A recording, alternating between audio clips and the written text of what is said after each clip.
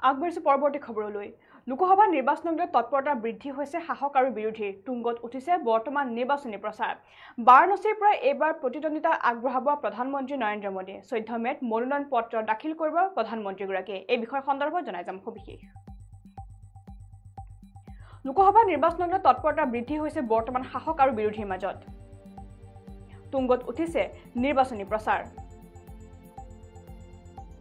বাৰাণসীৰ পৰা এইবাৰ প্ৰতিদ্বন্দ্বিতা আগবঢ়াব প্ৰধানমন্ত্ৰী নৰেন্দ্ৰ মোদীয়ে 14 মেত মনোনয়ন পত্ৰ দাখিল কৰিব প্ৰধানমন্ত্ৰীগৰাকীয়ে ইতিমধ্যে দেশৰ বিভিন্ন প্ৰান্তত প্ৰধানমন্ত্ৰী মোদীৰ মাৰাথন নিৰ্বাচনী প্ৰচাৰ চলি থকা দেখিব পোৱা গৈছে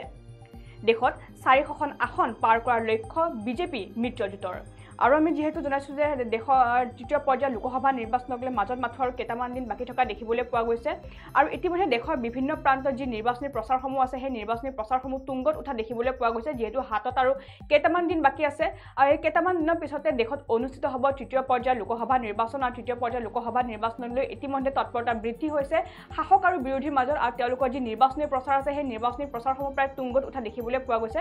তাৰ মাজতে এবাৰ 14 মেত নিজৰ মনোনয়ন পত্ৰ দাখিল কৰিব প্ৰধানমন্ত্ৰী নৰেন্দ্ৰ মোদীয়ে মনোনয়ন পত্ৰ দাখিল কৰিব অহা 14 মে আৰু এবাৰ বাৰাণসীৰ পৰা প্ৰতিদ্বন্দ্বিতা আগবঢ়াব প্ৰধানমন্ত্ৰী নৰেন্দ্ৰ মোদীয়ে বাৰাণসী লোকসভা সমষ্টিৰ পৰা এবাৰ প্ৰতিদ্বন্দ্বিতা আগবঢ়াব প্ৰধানমন্ত্ৰী নৰেন্দ্ৰ মোদীয়ে আৰু তাৰ বাবে 14 মেত তেওঁ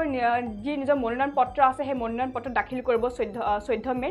আনহাতে দেশৰ বিভিন্ন প্ৰান্তত ইতিমধ্যে প্ৰধানমন্ত্ৰী নৰেন্দ্ৰ মোদীয়ে চলাইছে মাৰাথন নিৰ্বাচনী প্ৰচাৰ ইতিমধ্যে দেশৰ বিভিন্ন প্ৰান্তত প্ৰধানমন্ত্ৰীগৰাকীয়ে মাৰাথন নিৰ্বাচনী প্ৰচাৰ চলাই থকা দেখিবলৈ পোৱা গৈছে কিছুদিন পূৰ্বে তেওঁ অসমলৈ আহিও নিৰ্বাচনী প্ৰচাৰ কৰা দেখিবলৈ পোৱা গৈছিলে আৰু ইয়াৰ মাজতে দেশৰ বিভিন্ন প্ৰান্তত এতিয়া যি নিৰ্বাচনী প্ৰচাৰসমূহ আছে সেই নিৰ্বাচনী প্ৰচাৰসমূহ প্ৰায় তুংগত উঠা দেখিবলৈ পোৱা গৈছে শাসক আৰু বিৰোধীৰ যি নিৰ্বাচনী প্ৰচাৰ আছে সেই নিৰ্বাচনী প্ৰচাৰসমূহ বৰ্তমান সময়ত চলি থকা দেখিবলৈ পোৱা গৈছে যিহেতু সমাগত তৃতীয় পৰ্যায়ৰ লোকসভা নিৰ্বাচন আৰু তৃতীয় পৰ্যায়ৰ লোকসভা নিৰ্বাচনক লৈ ইতিমধ্যে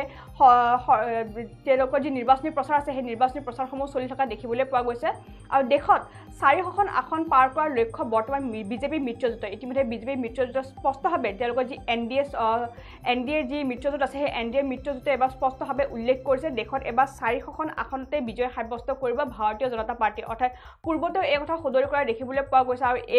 বৰ্তমান সময়তো এই কথা তেওঁলোকে স্পষ্টভাৱে উল্লেখ কৰি আছে যে দেশত এবাৰ 400খন আসনতে বিজেপি চৰকাৰে অৰ্থাৎ বিজেপি মিত্ৰজোঁটে তেওঁলোকৰ যি মিত্ৰজোঁট আছে সেই মিত্ৰজোঁটে এবাৰ 400খন আসনতে বিজয় সাব্যস্ত কৰিব বুলি ইতিমধ্যে স্পষ্টভাৱে সদৰি কৰা দেখিবলৈ পোৱা গৈছে আৰু 370খন আসনত ইতিমধ্যে অকলেই বিজয় সাব্যস্ত কৰিব ভাৰতীয় জনতা পাৰ্টিয়ে আৰু বাকী যিকেইখন আসন আছে সেই বাকী যিকেইখন আসন তেওঁলোকৰ যি মিত্ৰজোঁট আছে সেই মিত্ৰজোঁট সকলে মিলি সৰ্বমুঠ যি 400খন আসন আছে সেই 400খন আসন ইতিমধ্যে তেওঁলোকে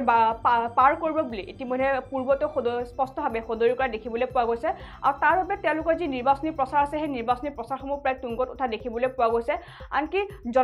সাধাৰণ জনতাৰ পৰাও তেওঁলোকে ব্যাপক সঁহাৰি লাভ কৰা বৰ্তমান সময়ত দেখিবলৈ পোৱা গৈছে যিহেতু ৰাজ্যৰ বিভিন্ন প্ৰান্তত ইতিমধ্যে নিৰ্বাচনী প্ৰচাৰসমূহ চলি থকা দেখিবলৈ পোৱা গৈছে দেশৰ বিভিন্ন প্ৰান্তত নিৰ্বাচনী প্ৰচাৰসমূহ বৰ্তমান চলি আছে যিহেতু এই লোকসভা নিৰ্বাচনে নিৰ্ধাৰণ কৰিব আচলতে 2024ৰ যি প্ৰধানমন্ত্ৰীৰ যি আসন আছে সেই আসন কোনে অধিষ্ঠ কৰিব তাৰ প্ৰতি লক্ষ্য ৰাখি এতিয়া তুংগত উঠিছে নিৰ্বাচনী প্ৰচাৰসমূহ আৰু লোকসভা নিৰ্বাচনৰ যি তৃতীয় পৰ্যায়ৰ নিৰ্বাচন আছে সেই তৃতীয় পৰ্যায়ৰ নিৰ্বাচনকলৈ মাজত মাত্ৰ কেইটামান দিন বাকি থকা দেখিবলৈ পোৱা গৈছে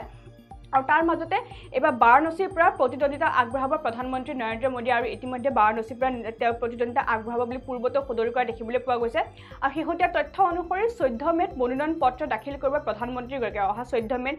বাৰাণসীৰ লোকসভা সমষ্টিৰ পৰা তেওঁ যিহেতু প্ৰতিদ্বন্দ্বিতা আগবঢ়াব আৰু সেই প্ৰতিদ্বন্দ্বিতাৰ বাবে যি মনোনয়ন পত্ৰ আছে সেই মনোনয়ন পত্ৰ তেওঁ প্ৰধানমন্ত্ৰী নৰেন্দ্ৰ মোদীয়ে 14 মেত দাখিল কৰিব বুলি ইতিমধ্যে খবৰ লাভ কৰা হৈছে আৰু ইতিমধ্যে দেশৰ বিভিন্ন প্ৰান্তত প্ৰধানমন্ত্ৰীগৰাকীয়ে মাৰাথন নিৰ্বাচনী প্ৰচাৰ চলাই থকা দেখিবলৈ পোৱা গৈছে আৰু এইবাৰ দেশত 400খন আসনতে